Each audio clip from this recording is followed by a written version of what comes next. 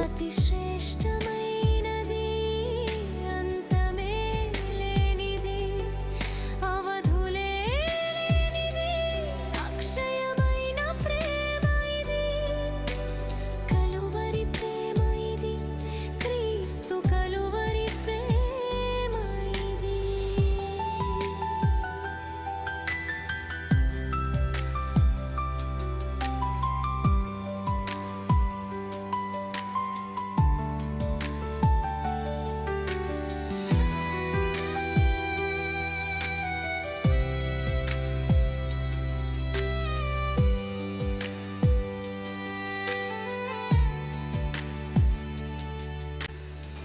యాక్చువల్గా యూదులంతా కూడా 7వ రోజున వాళ్ళకి విశ్రాంతి దినం కనుక ఇక్కడ కూడా సాటర్డే హాలిడే అని పెట్టారు.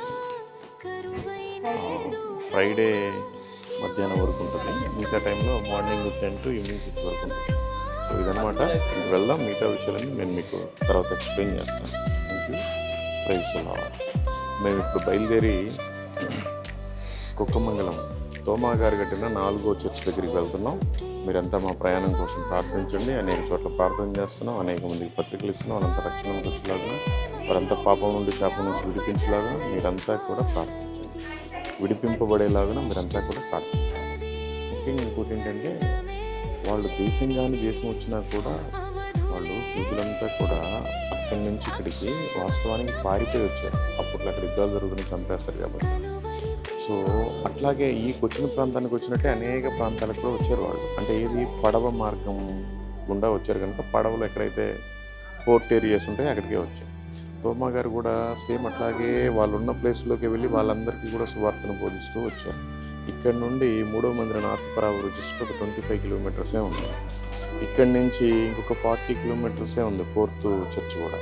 సో వాళ్ళు ఏంటంటే దేశం వచ్చారు, వాళ్ళ మాట కానీ మన మాట, వాళ్ళ తిండి వేరు, వాళ్ళ భాష వేరు, వాళ్ళ పద్ధతులు వేరు, వాళ్ళ సాంప్రదాయాలు వేరు. అయినప్పటికీ దేవుడు ఏదైతే ధర్మశాస్త్రంలో చెప్పాడో దాని ప్రకారమే వీళ్ళందరూ కూడా దాన్ని డిజైన్ చేసుకున్నారు. వాళ్ళు ఎక్కడున్నా కూడా ఒక సమాజ మందిరంగానే ఉండేవాళ్ళు. అందుకనే ఇక్కడ వాళ్ళు కూడుకున్న దాన్ని సమాజ మందిరంగా వాళ్ళు తీసుకొని సినగోగ్ అని పేరు పెట్టుకున్నారు. అక్కడ వాళ్ళు దేవుడిని ఆరాధిస్తూ ఉంటారు. అక్కడ కూడా పదాజ్ఞలే ఉన్నాయి, మనం పాటించే పదాజ్ఞలే ఉన్నాయి అక్కడ. కాబట్టి మీరంతా కూడా యూదులు ఎక్కడున్నా వాళ్ళ క్షేమం గురించి మీరు ప్రార్థించండి. వాళ్ళు ఎక్కడెక్కడ ఏ దేశంలో ఉన్నా కూడా బైబిల్ వాక్య ప్రకారం వచనం నెరవేరాలి కాబట్టి, దేవుని ఆజ్ఞ నెరవేరాలి కాబట్టి ఎక్కడున్నా కూడా అందరూ కూడా యెరూషలేముకి వెళ్ళేలాగా మీరంతా ప్రార్థించండి. Okay, thank you. Praise the lord.